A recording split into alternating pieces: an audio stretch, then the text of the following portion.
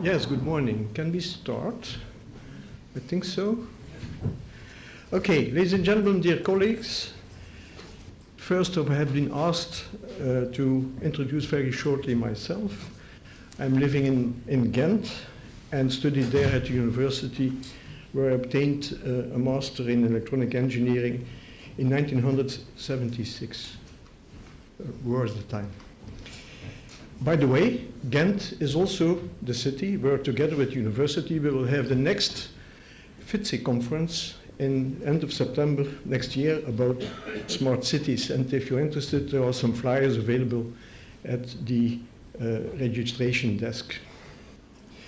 I worked 26 years for Proximus, the incumbent Belgian operator, telecom operator, and 13 years as a management consultant. It's an honor to chair this session, the third session, very interesting congress here in Salford, and we have the privilege to have this conference not in a classical auditorium, but in a real TV studio with state-of-the-art equipment, and there are more than 5 cameras catching me and everyone, so don't fall asleep because you will be seen on TV. So this is also a milestone in the 57-year-old FITCE, because from now on, from this conference on, FITCE TV has been born. Okay, in this session, we will have the opportunity to hear interesting presentations from a good cross-section of colleagues from the academic and the research world, and also the industry. There will be a mix of subjects. Along there is even a common thread. All papers will discuss the media from the user's point of view and giving an impact on the individuals, on the society, and the industry. And as you have seen in the program, we have 4 speakers: Brahim Allan from BT, Ed Smith from BT, then Professor Peggy Valke from the University of Leuven, and Professor Seamus Simpson from the University of Salford, so he is playing at home. At the end of the session, there was foreseen to have a panel discussion, but the organizers asked me, for time constraint, to change the setting a little bit and to have also after each presentation 1 or 2 questions. And okay, this is also interesting because people can ask their question immediately after the speaker. And if we should have time afterwards, maybe we can have a small panel with the 4 speakers here. Okay, let me start with the first speaker. That's Mr. Brahim Allan. There was a paper made by 2 persons, Mike Nelson and Brahim. He is working at BT, Technology Service and Operations, the Video Delivery Research. And in his paper, Brahim will describe 2 sets of subjective tests that have been carried out to assess the end user perception of video encoded with high dynamic range technology when viewed in a typical home environment. The purpose of the experiments was to find out the relative importance of increased resolution and increased dynamic range to the enhancements of the TV viewing experience, and therefore they have input from nearly 500 children and 200 adults. Brahim received his bachelor and master degrees in telecommunications engineering from King's College in London in 2007-2009. He joined BT Research Center in 2011 as a researcher working in the Future Content and Application Services team. His research interests includes ultra-high definition imaging, high dynamic range imaging, video analysis, and their evaluation, and more recently also TV analytics. Brahim, the floor is yours. Thank you, Jose. Thank you for the introduction. I'm going to talk about high dynamic range. Before we start, can I just say, can I ask a question? Who knows about high dynamic range or seen some high dynamic range content before? Okay, that's excellent. Some people.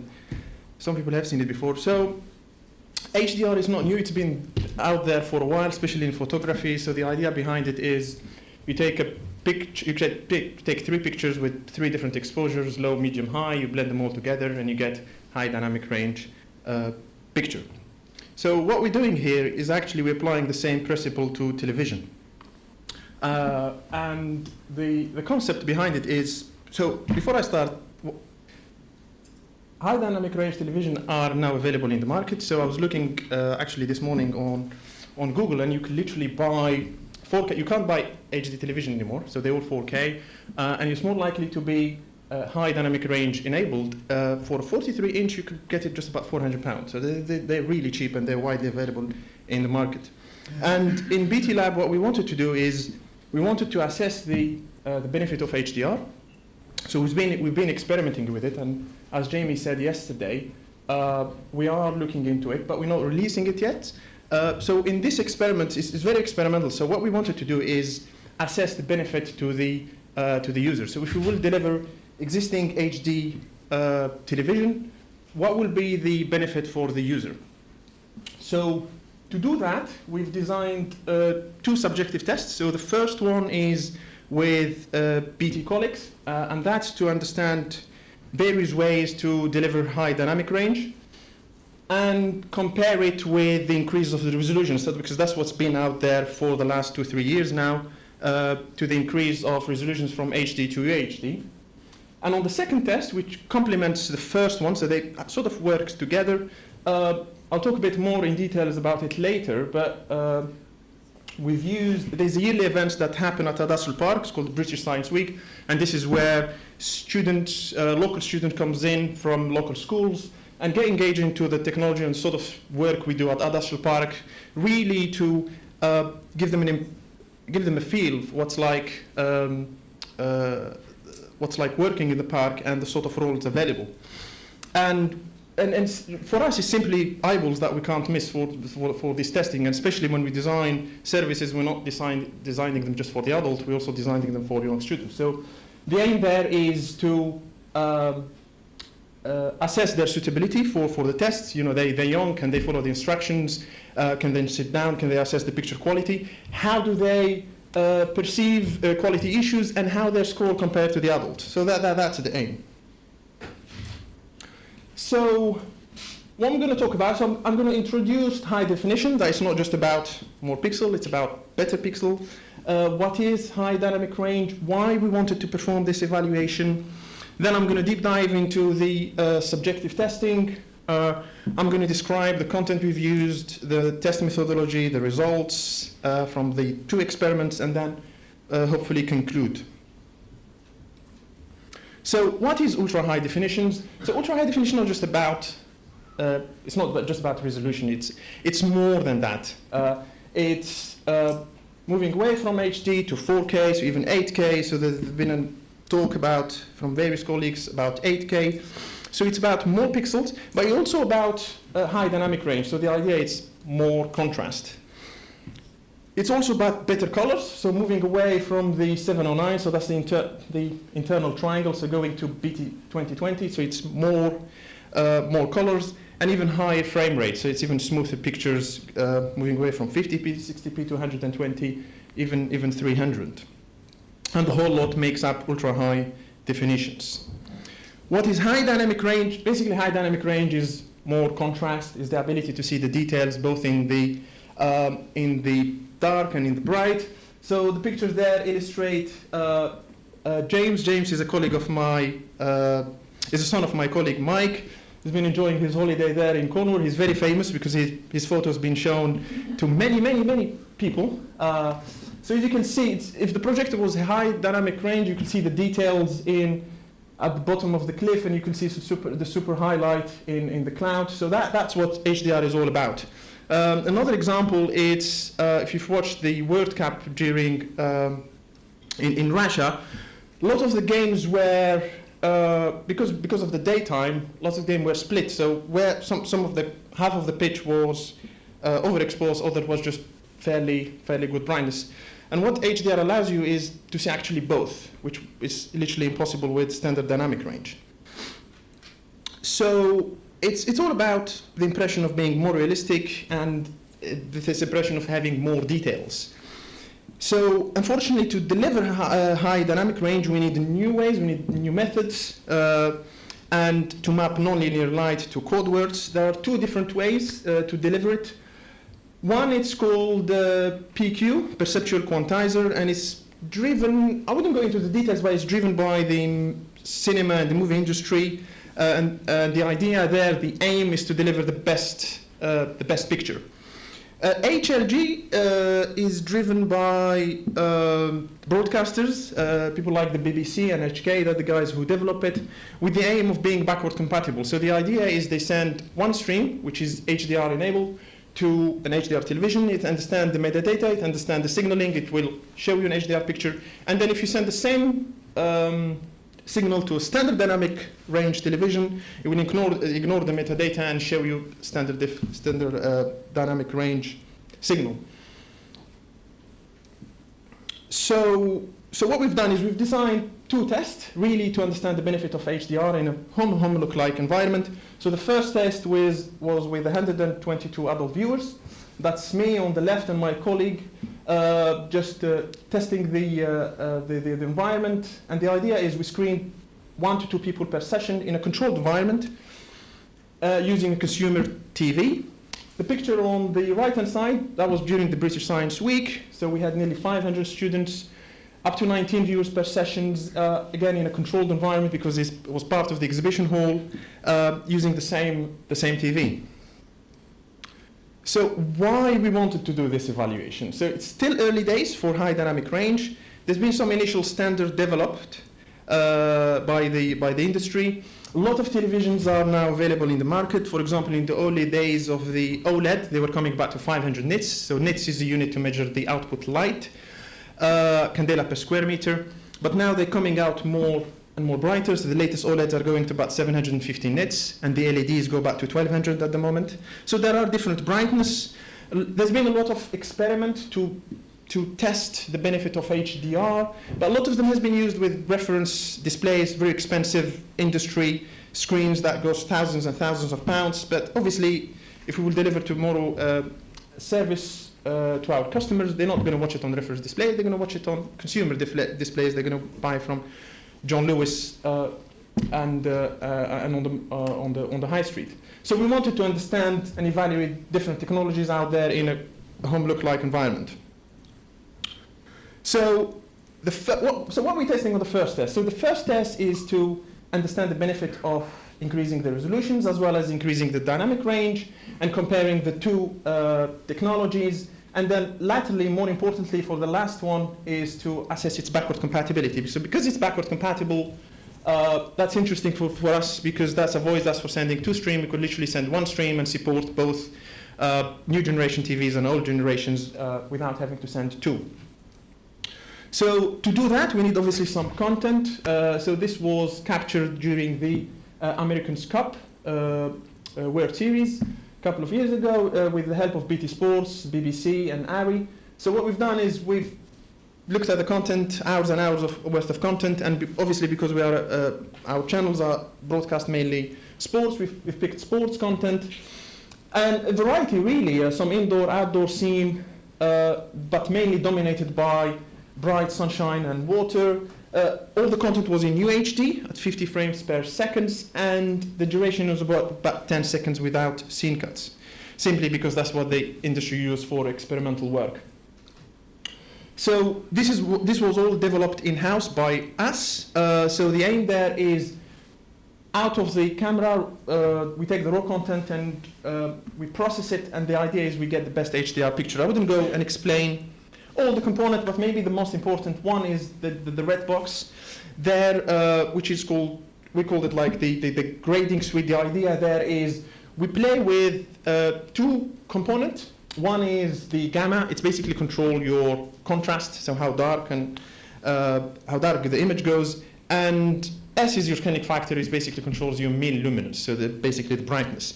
And you adjust these two depending on what you want to optimize. Do you want an SDR picture, best SDR picture, or best PQ picture, or best an HLG picture? So what are our test conditions? So we've got 10 the reason we've got this 10 is to answer back our requirements, so map back to our initial questions. So we have standard definitions, standard dynamic range, representation at UHD and HD, PQ, which is the HDR variant at UHD and HD, and for HLG, we couldn't do it similar to PQ because it was very difficult to grade both for an HDR picture and it's backward compatible. It's very difficult to get it right in terms of good picture for both. So what we've done is we've created 3 representations. One, we define it as HDR focus. This is where we optimize best those two variables. So it's the best HDR picture and very close to PQ. The second one is where we optimize standard dynamic range representation. So it's as good as what we've got now, HD at SDR. And the third case, we're not biased to any one of those. We are somewhere in the middle. We're saying, okay, it's good HDR as well as it's good backward compatible, and we're not saying that one is biased than the other one.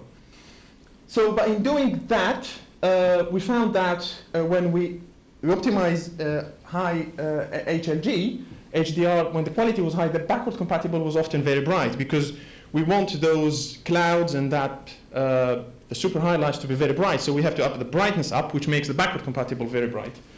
But when we optimize the backward compatible, we're operating between 0 and 100 nits. We have to drop the brightness, so we show the details in the dark, but that makes the HDR to be too dark. So we could see that right at the start.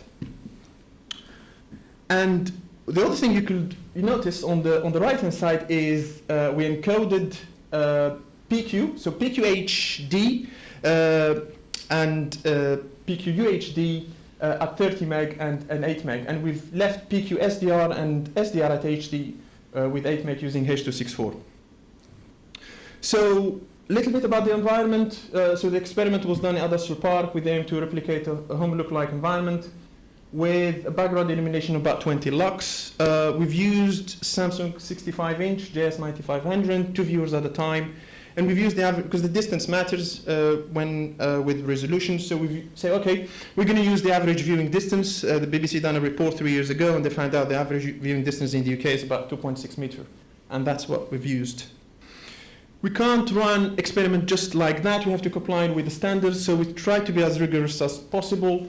We've used the absolute category rating. It's a method where you see a clip, you rate it, you see another clip, you rate it, etc., until you get to the end of the clips. And we've used a 5-level MOS score, which is, we've extended it, so an extended 5-level MOS score called a 9-level MOS score, so you can score anything between bad and poor, poor, fair and good, good and excellent. And because we had 10 clips, 10 formats, that means 100 test condition, we couldn't show all the 100 test conditions in one playlist because that affects your subject's attention span, so we split it into 3 groups of 33 and 34, and we group each playlist using 2 groups, and each session we show them either playlist A, B, or C. And at the start of each test, we expose our users to some training clips so they know what they're doing, they know the process, and they know the range of the qualities they're seeing. A little bit about the test subject. So we had 122 in total, 94 male, 28 female, and everyone was screened for visual acuity and Ishihara test. So what are the, next is the results. So what are the results? So in this first one, we're looking at the increase of the resolution. So what we're saying is we retain the dynamic range, so we are operating a standard dynamic range, but we increase the resolution. So if we go from HD to HD. Let me just try to use that. So this represents your individual clip, like I mentioned earlier, that's your MOS score. So 1 being bad, 5 being excellent. And what we look most of the time, we're going to look average across all the clips.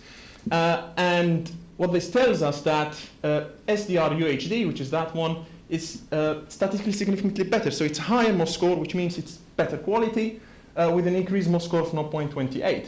So what this is telling us that if we increase the resolution using high bitrate and using HEVC, we get an improvement in picture quality over HD services. And this has been shown in the past and demonstrated. In this scenario, we are saying, okay, let's retain the resolution. We're going to operate at HD, but instead we're going to increase the dynamic range, okay? And again, we get an increase in incremental in MOS score. So it's, again, higher by 0.26.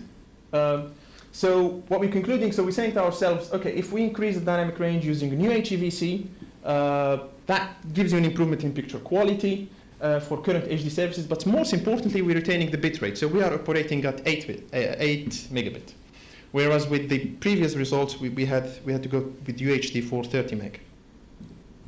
So this is just literally a summary of the two previous results. So what we're saying is, interestingly, the incremental from HD to HD and SDR to HDR was about the same. So what we're saying is, if we take existing HD services delivered with standard dynamic range as it is now, we could improve the picture quality either by increasing the dynamic range or increasing the resolution.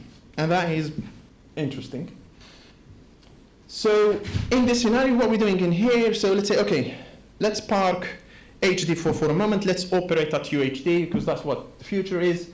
And let's add HDR to it and compare it to standard dynamic range. So when we compare SDR at UHD and PQ at UHD, we get an improvement in picture quality, nearly statistical significance achieved if we remove one of the viewers which not very highly correlated with everyone else. But if we don't, if we retain it, we get confidence interval of 0.0038, nearly negligible.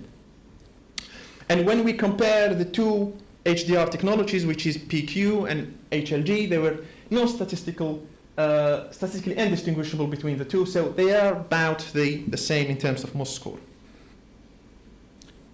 What about the backwards compatibility? So in terms of the backwards compatibility, it was not superb as expected really when we graded the content. So if our starting point is SDR HD, so what was better than SDR HD? So PQ HD, so SDR UHD, PQ UHD, and HDR focused HLG. What wasn't great is the backward compatible of HDR, which was bright and low contrast, and the HDR representation of SDR focused, which often to be dark. And we could see that when we graded the content, we could see it. So it wasn't a surprise to us when we carried the test. And the balance was, you could see it right there in the graph, that balance, it's fairly balanced. I quite like to cover the student test, so I'm going to just be conscious of time. I'm going to summarize the adult. So the adult the aim was to understand the benefit of increased resolutions and increased dynamic range in a home look-like environment, and we wanted to compare PQ with HLG. And if our starting point is HD services delivered with standard dynamic range, we could improve the picture quality by either increasing the dynamic range or we could increase the resolution. And if we wanted an even higher incremental, we could do both. So increase the resolution and increase the dynamic range, and we get even higher MOS.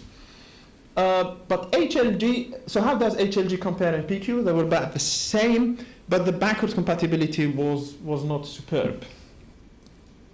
Let's talk about the British Science Week, because that's primarily more fun and more interesting.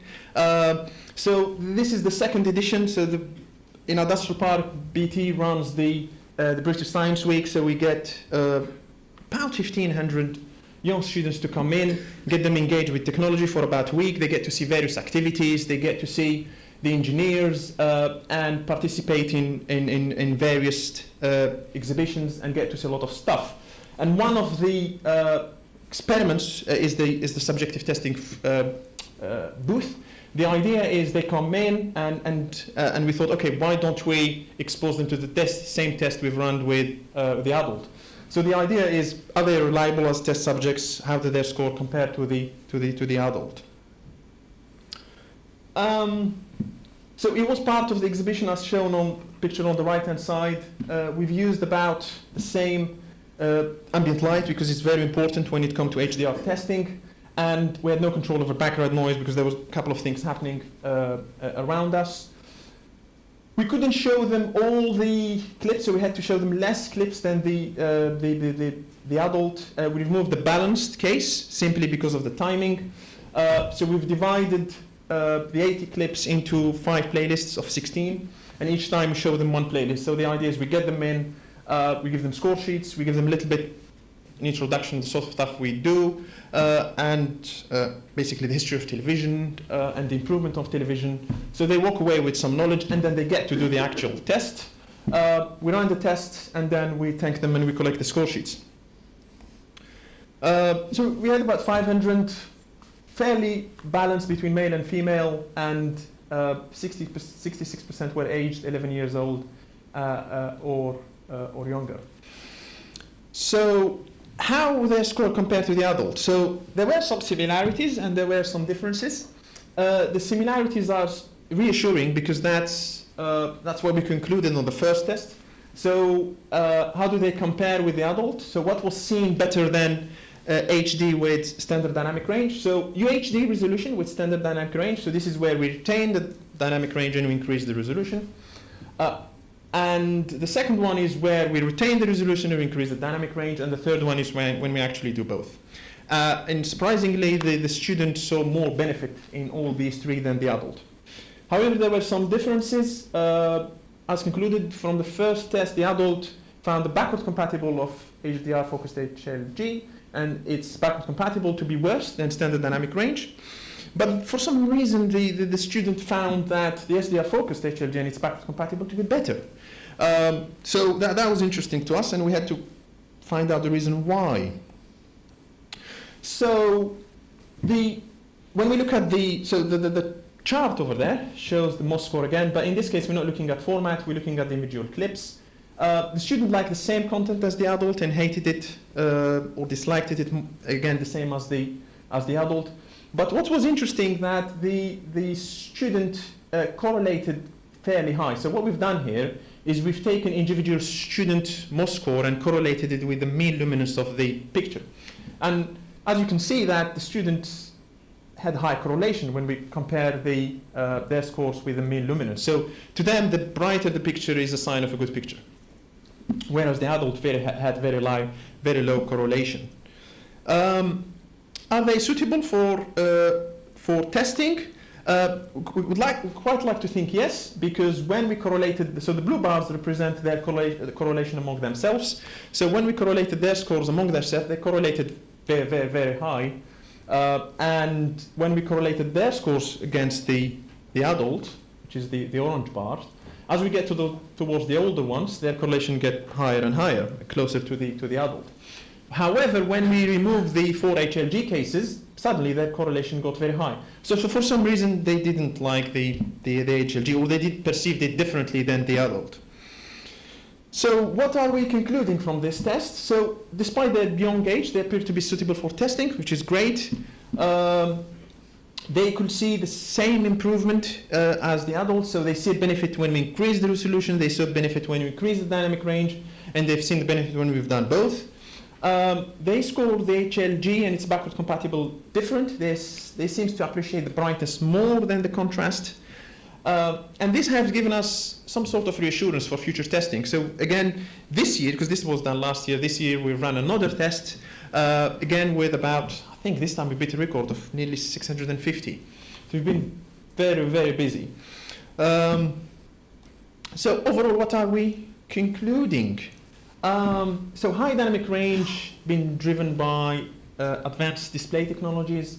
There have been various screens there with various peak brightnesses. So OLED go about 750, LEDs go about to 1200, they talk about even 1500 nits.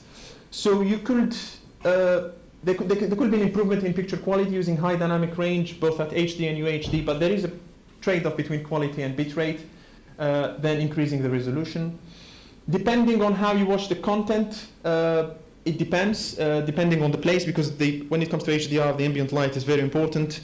And it is challenging to grade this type of content. I mean, the industry now is trying to learn how to shoot good quality HDR.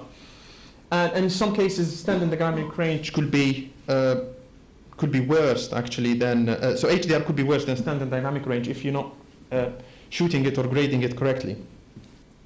It's early days in the standardization, and they've been focused on simple method for HDR, such as HLG, but there are more complex technologies out there, and the standard bodies are now looking at various ways to adopt and look at new ways to improve HDR. But it remains to be seen which one is best and which one is best for BT. So this is it. If you'd like to know more, we have more. We've got a research paper, literally anything and anything you want to know on ultra-high definitions, and all the tests that I've described and the results went into international papers. For more details and results, you could literally browse those. I'm more than happy to share the slides later on.